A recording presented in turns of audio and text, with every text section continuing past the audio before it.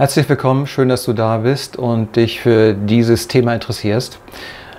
Für mich war Auslöser, dieses Video zu machen, der Tod von dem Chester Bennington, dem Sänger von Linkin Park. Und wenn man sich dann so die Vergangenheit anguckt, sind ja eine Reihe von, sag ich mal, VIPs in den letzten Jahren aufgrund von irgendwelchen Depressionen verstorben, teilweise eben auch durch Suizid.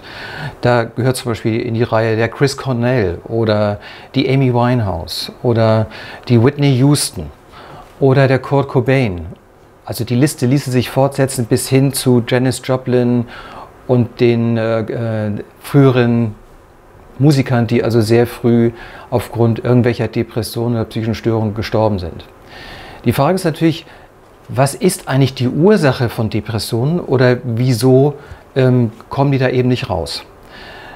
Also häufig wird eben gesagt, die Ursache für den Tod dieser Person ist die Depression. Ich denke, da ist genau der falsche Ansatz. Die Ursache ist nicht die Depression. Die Depression ist nur eine bestimmte Symptomatik, die resultiert aus Traumatisierung, die diese Personen in der Kindheit erfahren haben. Und wenn du dir die ganze Reihe von, ich sage jetzt mal, berühmten Künstlern anguckst, was die für eine Kindheit, sag mal, erlebt haben oder durchlebt haben, dann stellst du immer wieder fest, dass alle zu fast 100% irgendwo traumatisiert wurden in der Kindheit. Der Chester Bennington zum Beispiel hat selber gesagt, dass er früher Missbrauchserfahrungen gemacht hat, und du findest also immer wieder auch bei Künstlern, dass sie selber solche Angaben gemacht haben. Auch die Lady Gaga hat das zum Beispiel angegeben, dass sie unter Missbrauchserfahrung gelitten hat und dann irgendwann auch eine Therapie gemacht hat, um das aufzulösen. Insofern, der eigentliche Hintergrund ist eben eine Traumatisierung in der Kindheit oder Jugend. Und diese erfolgt häufig, das ist meine Erfahrung als Therapeut in den letzten 30 Jahren, erfolgt meistens aus dem persönlichen Umfeld der Person. Also entweder sind es die Eltern oder bekannte Freunde, also der familiäre Kreis. Und das wird natürlich häufig dann weggedrückt, diese Missbrauchserfahrung, und mündet dann irgendwann eben in Drogenkonsum, in Alkoholkonsum oder dann irgendwann auch in Tablettenkonsum. Die Lösung ist es natürlich nicht. Die meisten kriegen natürlich damit ihre Symptomatik, die Depression, nicht aufgelöst. Ist ja ganz klar, weil sie eben an die eigentliche Ursache der Depression nicht rangehen. Wenn man sich das Wort jetzt Depression anguckt, depressere, lateinisch niederdrücken. Das Verständnis allgemein ist ja so, dass man sagt, die Erkrankung, in Anführungsstriche, drückt mich nieder. Dem ist aber nicht so. Was da niedergedrückt wird, ist was ganz anderes, nämlich die Ärger, Wut und Hassthemen, die diese Person ihr ganzes Leben lang mit sich rumschleppen. Nämlich genau auf die Personen, die ihnen das angetan haben in der Vergangenheit, den Missbrauch oder den Machtmissbrauch, der ihnen da widerfahren ist. Insofern kann es nur darum gehen, und das weiß ich aufgrund meiner vielen Therapien, die ich in dem Bereich gemacht habe, den Patienten Stück für Stück im Rahmen der Therapie wieder an seine, sag mal, aggressiven Ärger, Wut, Hassthemen zu bringen, die er auf die Person hat, die ihm das letztlich in der Vergangenheit angetan haben. Es kann also nicht die Lösung sein, jetzt irgendwie irgendwelche Medikamente zu nehmen, sondern man muss sich leider, wie gesagt, dieser Missbrauchsthematik stellen und sich wieder den alten Gefühlen, die da ja sind, die dann entsprechend wieder hochzuholen und dann mittels, und das ist das Tolle, man kann das eben mittels MET wieder auflösen.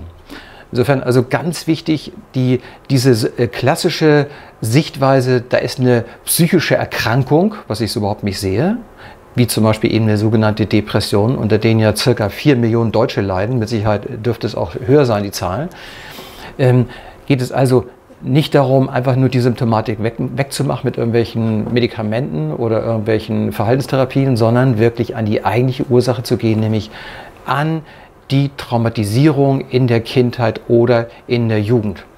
Und ich als Therapeut weiß eben selber auch, wenn ich mit Depressiven zu tun habe, interessant ist, dass häufig bei mir als Behandler, das weiß ich von Kollegen eben auch, bei der Behandlung eben auch aggressive Impulse bei mir entstehen, Das heißt, ich merke, ich werde genervt oder gereizt auf den sogenannten depressiven Patienten. Und das ist genau der Hinweis darauf, dass es hier offensichtlich um wirklich Ärger, Wut, Hassthemen geht. Und aus meiner Erfahrung kann ich nur sagen, wenn ich mit den Patienten an diese alten Ärger, Wut, Hassgefühle rangehe, dann lösen sich plötzlich auch sehr schnell die depressiven Gefühle auf. Die Frage ist natürlich, wieso ist das so schwierig, an diese aggressiven Gefühle, die der Patient hat, heranzukommen?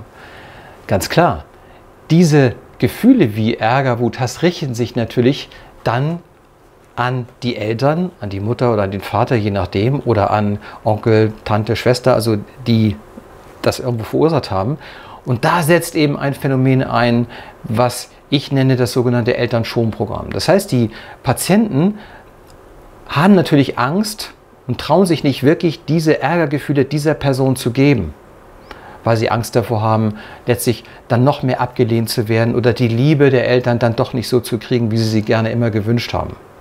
Insofern ist das ein sehr, sehr schwieriger Prozess, den Patienten da durchzuführen, dass er wirklich bereit ist, seine Ärger, Wut, Hassgefühle auf die betroffene Person wirklich auszuüben und eben dann mittels MET aufzulösen. Das, denke ich, ist nochmal für mich eine ganz wichtige Sichtweise, die wir als MET-Therapeuten haben, bei Depressionen wirklich an die eigenen aggressiven Gefühle ranzukommen, auf eben andere Personen. Und häufig zeigt es sich eben bei depressiven Patienten, wie schwer sie sich wirklich tun, an diese aggressiven Impulse zu kommen.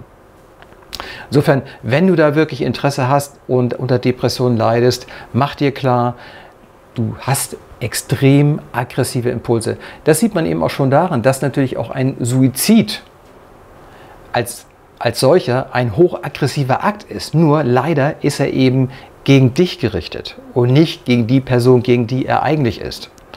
Und so findest du häufig bei Depressiven, wenn ich mit denen rede, so die Fantasie, stell dir mal vor, du bist jetzt tot. Ja, was kommt da an Fantasien? Ja, die stellen sich dann häufig vor, ja, meine Eltern stehen dann am Grab und sind jetzt ganz traurig und sagen sich, ach, hätte ich doch bloß damals das und das getan und nicht getan. Bedeutet natürlich, dieser aggressive Akt wird leider eben gegen dich gerichtet und nicht gegen die Person und das ist eben die Tragik. Und im Rahmen der Therapie geht es darum, genau diese aggressiven Pulse, die retroflektiv gegen sich selber gerichtet werden, wieder gegen die Person zu richten, die mir eigentlich das angetan hat, warum es mir jetzt so schlecht geht. Das war mir nochmal wichtig, gerade jetzt so im Zuge der ganzen Presse, die sich natürlich zu Depressionen auch äußert, dazu einfach mal eine Stellungnahme abzugeben. Insofern, also wenn du da wirklich effektiv dran arbeiten willst, such dir einen wirklich von uns ausgebildeten MET-Therapeuten und hol dir dort eben die entsprechende Unterstützung. Wenn du noch weitere Fragen hast, kannst du mir gerne mailen. Ansonsten findest du unterhalb des Videos auch weitere Infos, wo du dir dann noch weitere Informationen holen kannst. Ich hoffe, es hat dir gefallen und wenn ja, dann bitte teile das Video und verbreite das bei deinen Freunden, dass die mal lernen, was es noch für eine Sichtweise in Bezug auf Depression gibt. Also, schönen Dank, dass du dabei warst und bis zum nächsten Mal.